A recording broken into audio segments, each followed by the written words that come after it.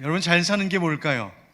건강하게 코로나 안 걸리고 또 하는 일 잘 되고 행복하게 사는 거, 어려움 없이 사는 것, 물론 잘 사는 거죠. 그런데 철로역정을 지은 존 버년이 했던 다음의 말은 우리가 잘 산다는 것의 의미를 어떻게 이해해야 하는지 우리의 생각을 한 번쯤 전환하게 하고 있습니다. 이런 말을 했더군요. 당신에게 되갚을 수 없는 누군가를 위해 무언가를 할 때까지는 오늘을 산 것이 아닙니다. 나에게 다시 갚을 수 있는 능력이 안 되는 그런 누군가를 위하여 내가 다시 되갚음 받을 것을 기대하지 않고 그를 위해 무엇을 하는 것, 그런 삶의 내용이 있을 때에만이 나에게 주어진 오늘을 참 잘 살았다 할 수 있다는 말입니다. 존 버년의 이 말은 예수님께서 하신 말씀에 근거하고 있다고 보입니다. 하루는 예수님께서 잔치자리에 초대를 받으셨는데 우리 예수님께서 초대한 그 집주인에게 이런 말씀을 하셨습니다. 앞으로 점심 식사나 저녁 만찬 같은 것을 베풀려고 하거든 친구나 형제나 친척이나 부유한 이웃은 초청하지 말아라. 아니 왜요 예수님? 네가 만약 그렇게 하면 그 사람들이 고마워서 다시 너를 초대하고 너에게 되갚을 것 아니냐. 그러면 네가 베푼 그 섬김과 나눔의 공이 다 사라질 터이니 앞으로 누군가에게 베풀려고 하거든 차라리 가난한 사람들, 몸이 불편한 사람, 다리 저는 사람, 앞을 보지 못하는 사람들과 같이 너에게 되갚을 능력 없는 그런 연약한 자들을 먹이고 그들을 섬기라고 말씀하십니다. 그러면 의인들이 부활할 때에, 즉 마지막 때에 하나님께서 그것을 기억하시고 하나님이 갚아 주실 것이라고 말씀해 주셨습니다. 잘 산다는 게 뭘까요? 사람이 갚아줄 것, 사람이 나에게 보답해 줄 것을 기대하지 않고 하나님께서 갚아주시는 것들을 사모하고 그것을 기대하며 그것을 받을 그날을 준비하며 살아가는 것이 잘 사는 것임을 예수님도 말씀해 주신 것입니다. 즉 대가를 바라지 않고 베푸는 삶에 대하여 가르쳐 주신 것이죠. 여러분, 오늘은 설교 제목에서 보신 것처럼 바로 이 긍휼 그리고 구제에 대한 말씀을 주제로 함께 하나님 말씀 전하려고 합니다. 여러분, 사순절을 시작한 지난 사순절 첫 번째 주일에 우리는 금식에 대한 하나님 말씀 들었죠. 금식은 우리에게 영적 유익을 주고 그러므로 금식하라고, 금식으로 하는 경건의 훈련이 우리에게 필요함에 대해서 나누었습니다. 다만 외식하지 말라 했습니다. 남들에게 보이지 말고 은밀한 중에 보시는 하나님께만 보이는 금식과 기도 생활 되어야 된다고 예수님 말씀하신 것이었습니다. 그런데 여러분, 이 사순절 기간에는 우리 기독교인들이 금식과 함께 힘써야 하는 일이 있었습니다. 그것이 뭐냐면 바로 긍휼을 베푸는 일, 곧 구제하는 일입니다.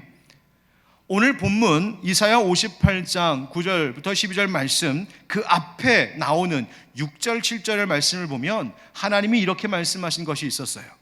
6절에 내가 기뻐하는 금식은으로 시작되어서 7절 보니까 또 줄인 자에게 네 양식을 나누어 주며 유리하는 빈민을 집에 들이며 헐벗은 자를 보면 입히며 또 네 고륙을 피하여 스스로 숨지 아니하는 것이 아니겠느냐 말씀하십니다.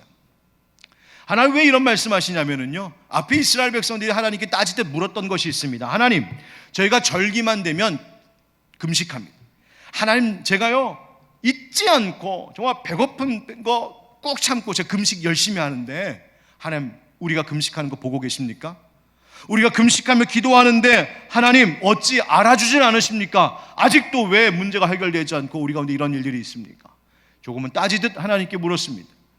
그러자 하나님께서 이렇게 말씀하시는 거예요. 그래, 나도 안다, 너희들 금식하는 것. 근데 봐라, 너희가 금식하면서도 서로 논쟁하고 금식한다고 하면서도 서로 다투고 싸움질하고 있지 않느냐? 그게 무슨 소용이냐? 여러분, 금식하면서도 우리의 마음 가운데 있는 미움과 또 욕심과 여러 가지 악한 감정을 가지고 서로 싸우고 다투며 욕심대로 살면 제 아무리 40일 삼시세끼 금식한다 한들 그게 아무 소용이 없다고 하나님 말씀하시는 겁니다. 그러나 기뻐하지 않는다. 그러면서 하신 말씀이 바로 방금 읽었었던 6절 7절의 말씀이에요. 내가 기뻐하는 금식은 이런 거야. 하나님 뭡니까? 여러분, 하나님이 기뻐하시는 금식은 그냥 밥 굶는 것으로 다 되는 것이 아니라 하십니다. 대신 억울한 자들을 자유하게 하고 배고픈 자들에게 양식을 나누어 주고 갈 곳 없는 유리방황하는 자들에게 나의 자리를 내어줄 수 있는 것, 입지 못한 자에게 입혀주는 것, 그것이 내가 기뻐하는 하나님 기뻐하신 금식이라고 말씀하십니다. 고륙을 피하여 스스로 숨지 않는 것, 여러분 이게 무슨 말씀인지 아십니까?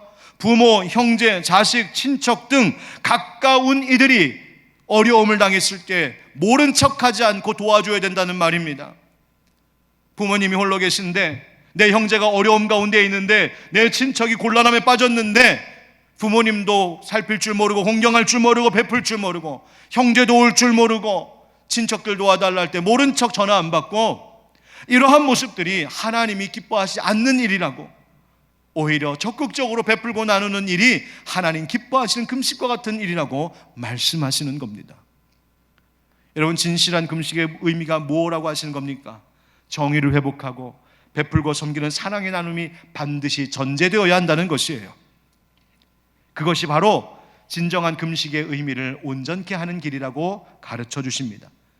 그래서 여러분, 이 교회가 가지고 있는 본질적인 사역의 기능, 역할 5가지가 있는데, 하나는 예배요, 그리고 교육, 즉 양육하는 거요, 선교하며 전도하는 거요, 성도 안에 함께 친교하고 교제하는 일이요, 그리고 중요한 것 하나가 있으니 그것이 서로 구제하는 것, 봉사하는 것입니다. 예수님도 복음 전하실 때 굶주린 자들을 먹이시고 병든 자들을 고쳐주셨습니다. 형식적인 말로만 아니라 내 것을 가지고 내 주머니를 열어 다른 이의 필요를 실질적으로 채워주는 그런 사랑과 긍휼의 실천이 우리 사회 가운데 하나님 나라를 위해서 필요하다는 말씀입니다. 특별히 오늘 본문은 이 성경에서 말하고 있는 긍휼, 이 서로 긍휼을 베푸는 바로 그것이 우리의 무너진 심령들을, 무너진 관계와 무너진 사회를 보수할 수 있는 힘이 된다고 오늘 하나님 말씀하십니다. 사랑하는 성도 여러분, 오늘 말씀을 통하여 우리 가운데 잃어버렸던 긍휼의 마음이 다시 되살아나고, 말만 하는 것이 아니라 긍휼의 구체적이고 적극적인 실천을 통하여 서로의 무너진 우리의 마음을 보수하고 이 세상에 하나님이 원하시는 평화를 이루어내는 우리 하늘빛 광성교회 그리고 모든 형제자매들 되시기를 예수 그리스도의 이름으로 축원드립니다. 한번 따라합시다. 무너뜨리는 것들을 버리라. 무너뜨리는 것들을 버리라. 여러분, 잘 보수하고 수리하는 것도 중요하지만 그 전에 무너뜨렸던 원인이 뭔지를 찾아내서 그것을 제거하고 버리는 것이 더 중요합니다. 여러분, 질병에서 나으려면 좋은 약과 치료제를 먹는 것도 필요하지만 먼저 내 몸에 병을 일으켰던 악한 습관, 나쁜 습관을 고치고 그리고 병을 유발하던 환경을 바꾸는 것이 먼저입니다. 주변에 세균 감염 막 일으킬 만한 더러운 것들을 여전히 두면서 나는 건강해야지, 어불성설입니다.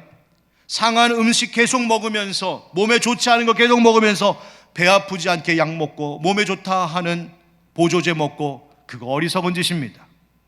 마찬가지로 우리가 보수하기 전에 우리의 마음과 우리의 관계와 이 사회를 무너뜨렸던 것들이 무엇인지를 잘 살펴보고 그것을 제하여 버리는 것이 먼저이라는 사실을 여러분 기억하셔야 됩니다.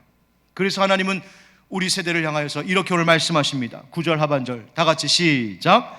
만일 내가 너희 중에서 멍에와 손가락질과 허망한 말을 제하여 버리고. 아멘. 하나님은 참된 신앙을 가진 하나님의 백성들이 우리의 삶 속에 제하여 버릴 것 3가지를 꼭 집어 말씀해 주십니다. 하나는 멍에요, 또 하나는 손가락질이요, 하나는 허망한 말을 제하여 버려야 된다고요. 여러분, 멍에가 뭡니까? 여러분, 사진에 보시는 것처럼 소의 목에다가 얹어서 짐이나 쟁기를 끌게 하는 농기구입니다. 자, 그렇다면 오늘 이사야 본문에서 말하는 그 멍에는 뭘까요? 바로 앞에 6절 말씀에서 하셨던 말씀이 있었습니다. 6절에 내가 기뻐하는 금식은 흉악의 결박을 풀어주며 멍에의 줄을 끌어주며 압제당하는 자를 자유하게 하며 모든 멍에를 꺾는 것이 아니겠느냐. 아멘. 멍에를 풀어주고 끊어주는 것, 흉악의 결박을 풀어주는 것, 즉 부당하게 억울하게 묶인 자들을 자유하게 하고 압제받는 자들을 놓아주고 모든 그 멍에 무거운 짐지는 것들을 더러 다 꺾어주라는 것입니다. 자유하게 하고 가볍게 하라.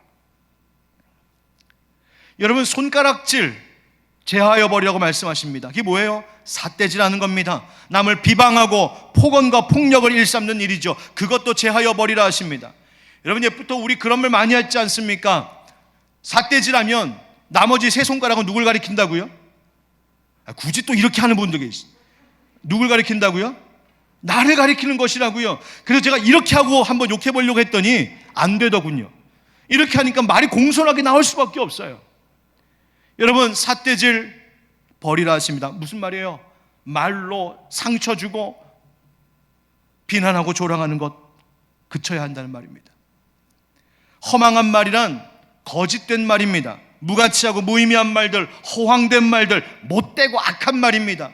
비꼬듯 말하고 조롱 섞인 어조로 말하고, 영적으로는 거짓 예언과 사술과 이단 사설과 같은 것을 두고 하는 말씀입니다. 그런 것 말하지도 말고 들었거든 전하지도 말라고 하십니다. 여러분 어떠셨습니까? 여러분의 이웃, 여러분 주변에 있는 사람들을 힘들게 한 일 없었습니까? 여러분 주변에 있는 자들을 보이진 않지만 마음의 손을 들어 손가락질 한 적은 없었습니까? 여러분, 내가 했던 말들이 과연 의미 있는 말, 복된 말이었습니까? 아니면 허망한 말은 혹시 아니었습니까? 바로 그와 같은 것들이 서로의 마음을 무너뜨리고 우리의 관계를 깨트린다고 말씀하시는 겁니다. 이런 것들이 여전히 잔존해 있는 한 우리의 개인도 가정도 사회도 절대로 새로워질 수가 없습니다. 국가도 마찬가지죠. 수많은 정책들, 좋은 정책들을 세우고 정치인들이 달콤한 말을 쏟아놓고 정부가 이제 바뀐다고 해도 우리 안에 버릴 것 버리지 않으면 아무 소용없는 일들입니다. 서로 미워하고 무겁게 짐지우는 멍에와 비방하는 손가락질, 허망한 말들 하던 것, 심지어 믿는 자들도 세상 사람들과 똑같이 해왔던 것, 그거 버리지 않으면 우리는 또다시 똑같은 분열과 상처를 반복하며 절대로 이 나라 우리 살아가는 삶 속에 하나님이 기뻐하시는 평화를 이룰 수 없을 겁니다. 사랑하는 성도 여러분, 잘 보수하려면 무너뜨린 원인 찾아 제하고 버리는 것부터 시작해야 될 줄 믿습니다. 개인적으로 우리의 악하고 나쁜 습관도 끊고 버리셔야 합니다. 버리고 제하는 일들, 너나 할 것 없이 우리 각자가 나부터, 내 말과 내 습관과 나의 태도에서부터 끊고 버리며 제하는 그런 귀한 일들이 시작되기를 예수님의 이름으로 축원드립니다. 두 번째 따라 하시죠. 마음을 다해 긍휼을 실천하라. 마음을 다해 긍휼을 신청. 여러분, 이번 대선 과정에서 우리 사회가 가진 심각한 문제들이 여럿 많이 드러났었는데 그 중에 하나가 혐오 정서, 혐오 문화가 심각하다는 것이 대두되었습니다. 도대체 언제부터인지 우리는 서로를 위하고 상대의 아픔을 공감하고 이해하는 마음들이 사라져버렸습니다. 여러분, 상대의 입장, 서로의 입장을 생각하지 않는 그 이기적인 악한 태도는 악한 범죄를 낳기도 합니다. 여러분, 온라인에 장난삼아 이런 말도 올라오는 거 있습니다. 극혐, 죽어라, 너 없어졌으면 좋겠다, 확 사라져버려라. 이런 내용의 댓글을 달고 쪽지를 보내는 사이버 폭력 범죄에 대하여 조사한 결과가 신문 기사에 있었는데요. 스토킹, 언어폭력, 성폭력, 명예훼손과 같은 사이버 폭력을 경험하는 사람들의 수가 해가 거듭될수록 급증하고 있다는 겁니다. 이것이 다 이 사회에 가득한 혐오 정서 문화입니다. 상대방의 마음, 상대방의 인격, 상대방의 처지를 전혀 고려하지 않는 공감 능력을 완전히 상실해버린 이 세대의 심각하고 무서운 현상입니다. 언제부턴가 측은지심이라고 하는 덕이 사라졌고 긍휼히 여기는 마음들이 사라졌습니다. 오히려 폭력을 행하고 폭언을 쏟아놓고 괴롭히고 심지어 어린 생명들, 어린 자녀들을 학대하고 죽이면서도 장난이라고, 그냥 한번 해봤다고, 재미로 그래봤다고 사람들은 말하기도 합니다. 사람들의 마음이 사탄에게 사로잡힌 것일까요? 마귀가 서로를 위하고 존중하는 사랑하는 마음을 다 빼앗아가 버린 것일까요? 이 악한 세대에 하나님 오늘 우리에게 이렇게 말씀하고 계십니다. 우리 10절 같이 읽겠습니다. 시작. 줄인 자에게 내 심정이 동하며 괴로워하는 자의 심정을 만족하게 하면 내 빛이 흑암 중에서 떠올라 내 어둠이 낮과 같이 될 것이며. 아멘. 앞서 하나님은 6절과 7절에서 내가 기뻐하는 금식은 줄인 자에게 양식을 나누어 주는 것이라고 말씀하셨는데, 지금 10절에서는 더 나아가 양식을 줄 뿐만 아니라 줄인 자에게 네 심정이 동하여, 이 말은 무슨 말이냐면 너의 마음을 주어야 한다는 말입니다. 네 마음을 줘야 된다. 공감하고 불쌍히 여기는 긍휼의 마음 가져야 된다는 거예요. 내 먹을 것 덜 먹고 양식을 나누어 준다 해도, 내 주머니를 열어서 재물을 쏟아 나누어 준다고 해도, 그것을 그냥 형식적으로 어쩔 수 없이 억지로 인색하게 하면 그거 아무 소용없다는 겁니다. 오히려 상대의 어려움에 공감하고, 얼마나 힘들까, 얼마나 아플까, 얼마나 낙심하고 있을까, 그 마음을 헤아리면서 너의 정성을 다하여 베풀라고 말씀하십니다. 마음이 괴로운 자들을 만족하게 하라, 위로하라는 말씀입니다. 여러분, 긍휼을 영어로 compassion이라고 부르죠. passion, 바로 고난, 순환이라는 말이죠. passion of Christ, 그리스도의 순환이라는 뜻입니다. 그런데 거기에 우리가 communication 혹은 community 할 때 하는 그 come이라고 하는 말을, 그 접두어를 앞에 붙이면 compassion이 되죠. come이라고 하는 말은 상호의 이런 말입니다. 서로, 그러니까 그 패션, 그 고통을 서로 느끼는 것, 너의 고통, 상대의 고통을 나의 고통처럼 느끼는 것이 바로 긍휼, 컴패션입니다. 유대인 신학자 가운데 아브라함 헬셀이라고 하는 굉장히 유명한 뛰어난 신학자가 있는데, 그가 예언자라고 하는 책을 썼습니다. 그 예언자라는 책을 보면 이 구약에 나오는 예언자들에게 하나님께서 말씀을 주시는데, 대언하도록 말씀만, 즉 언어와 문자만, 글만 주신 것이 아니라 그보다 더 중요한 것은 하나님의 심정, 하나님의 마음을 주셨다고 합니다. 거기서는 이제 신학적인 용어로 파토스, 하나님의 파토스를 주었다고 이야기하죠. 하나님의 심정, 무슨 심정입니까? 애굽에서 종노릇하던 이스라엘 백성들이 울부짖으며 하나님 도와주세요, 살려주세요 할 때 그 모습을 바라보면서 안타깝게 바라보셨던 그 심정. 이스라엘 백성들이 바알 숭배와 같이 우상의 길, 우상 숭배하는 길, 그 멸망하는 길로 갈 때에 그 모습을 바라보면서 안타깝게 돌아오라 하시는 그 하나님의 애끓는 심정, 그 심정을 하나님께서 예언자에게 부어주셨고, 예언자들은 하나님의 마음을 공감하고 그 심판에 대해서 말하면서도 심판당할 백성들이 당할 그 일들, 그 멸망의 일들을 생각할 때 그것에 또 공감하면서 그렇게 하나님의 심정으로 외치고 설교할 때 거기 하나님의 역사가 일어났고 이스라엘 백성들을 회개로 이끌어내는 일들이 일어났었다는 말입니다. 우리 함께 생각해 봤으면 좋겠습니다. 여러분들에게 하나님의 마음이 있으십니까? 하나님의 눈물이 여러분들에게 있으십니까? 바로 그것이 예언자들의 힘이었고 하나님의 심정으로 그들이 하나님의 말씀을 외치고 이스라엘의 회개를 외칠 수 있었던 겁니다. 사랑하는 성도 여러분, 하나님이 우리를 긍휼히 여겨주시는 사랑 베풀어 주셨는데 그 사랑받은 우리 어떤 마음과 어떤 실천으로 이 세상 살아가야겠습니까? 여러분, 우리의 주변에 어렵고 힘든 자들에 대한 관심을 회복합시다. 그리고 마음으로 말로만이 아니라 함께 동참해 주십시오.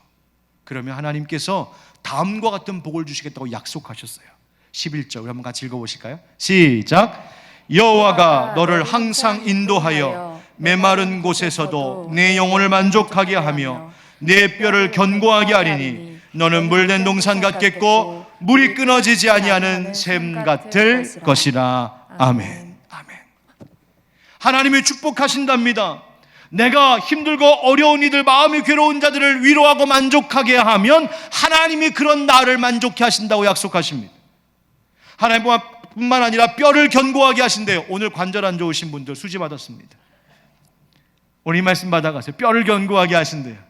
근데 이 말은 사실 무슨 뜻이냐면 우리의 생명을 지키시겠다는 겁니다. 건강을 지키시고 장수하게 하시겠다는 겁니다. 생기 있게 하시겠다는 거예요. 그래서 내 삶과 내 심령과 우리의 가정과 교회와 우리의 삶이 물된 동산과 같이 물이 끊어지지 않은 샘과 같이 하시겠다고 하나님 그 복을 약속해 주고 계십니다. 누구에게? 긍휼을 최선을 다해 베푸는 자들에게 마음을 다하여. 사랑하는 성도 여러분, 갈수록 강팍해지고 완악해져가는 이 세대에 우리 예수 믿는 사람들이 먼저 잃어버린 긍휼의 마음을 되찾고 실천함으로 여러분의 삶의 모든 자리가 물된 동산과 같이 되는 축복 누리시기를 예수 그리스도의 이름으로 축원드립니다. 아멘. 마지막으로 따라합시다. 영적인 기초를 다시 쌓으라. 영적 기초를 다시 쌓으라. 12절 말씀에 하나님 말씀하시기를 네게서 날짜들이 오래 황폐된 곳들을 다시 세울 것이며 너는 역대에 파괴된 기초를 쌓으리니 너를 일컬어 무너진 데를 모수하는 자라 할 것이며 길을 수축하여 거할 곳이 되게 하는 자라 하리라. 아멘. 여러분, 이 말씀은 사실 이사야 선지자를 통한 하나님께서 바벨론 포로된 백성들에게 이제 이 바벨론에 의해서 무너진 예루살렘 성을 그 포로에서 해방된 그 자손들이 훗날 다시 재건하게 될 것에 대해서 말씀하신 예언입니다.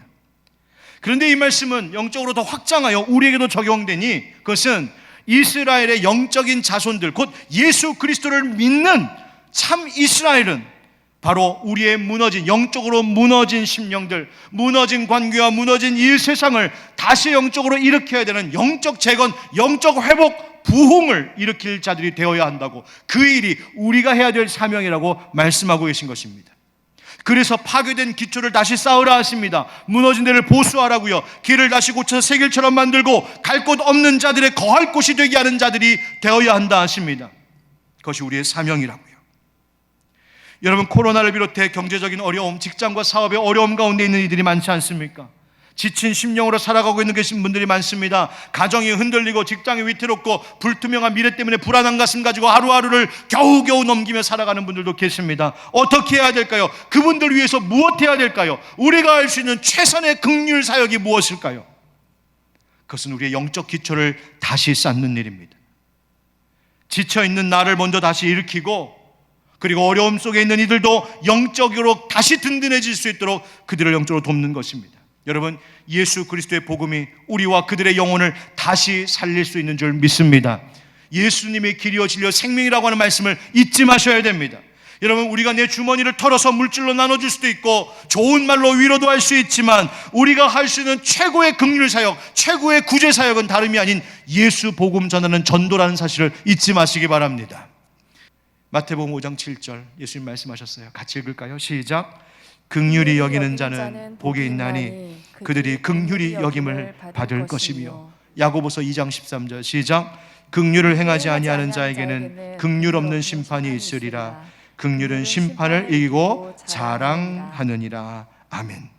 사랑하는 성도 여러분, 영적 기초를 새롭게 합시다. 먼저는 나부터, 우리부터 예배와 기도의 자리에 최선을 다해 나와 영적 기초 든든히 하십시오. 코로나 시대에 우리 더 이상 물러나지 말고, 더 이상 현실에 안주하거나 핑계대지 말고 주님 앞에 더욱 가까이 나오시기를 바랍니다. 우리의 영적인 기초를 든든히 해야 됩니다. 그리고 이 사순절 기간 나의 금식과 더불어 다른 사람들 굶주리고 있는 자들은 없는지, 나의 도움이 필요한 자들은 없는지, 예수 복음 들어야 될 자들은 없는지 우리 함께 살핌으로 금은보다 더욱 귀한 예수 이름 전하는 전도와 긍휼 사역에 우리의 마음을 다하여 함께 하십시다. 하나님이 그것을 기억하시고 물된 동산과 같이 하게 하시고 어둠이 낮과 같이 되게 하시고 마르지 않는 샘과 같게 하시는 귀한 은혜를 우리에게 베풀어 주실 줄 믿습니다. 아멘.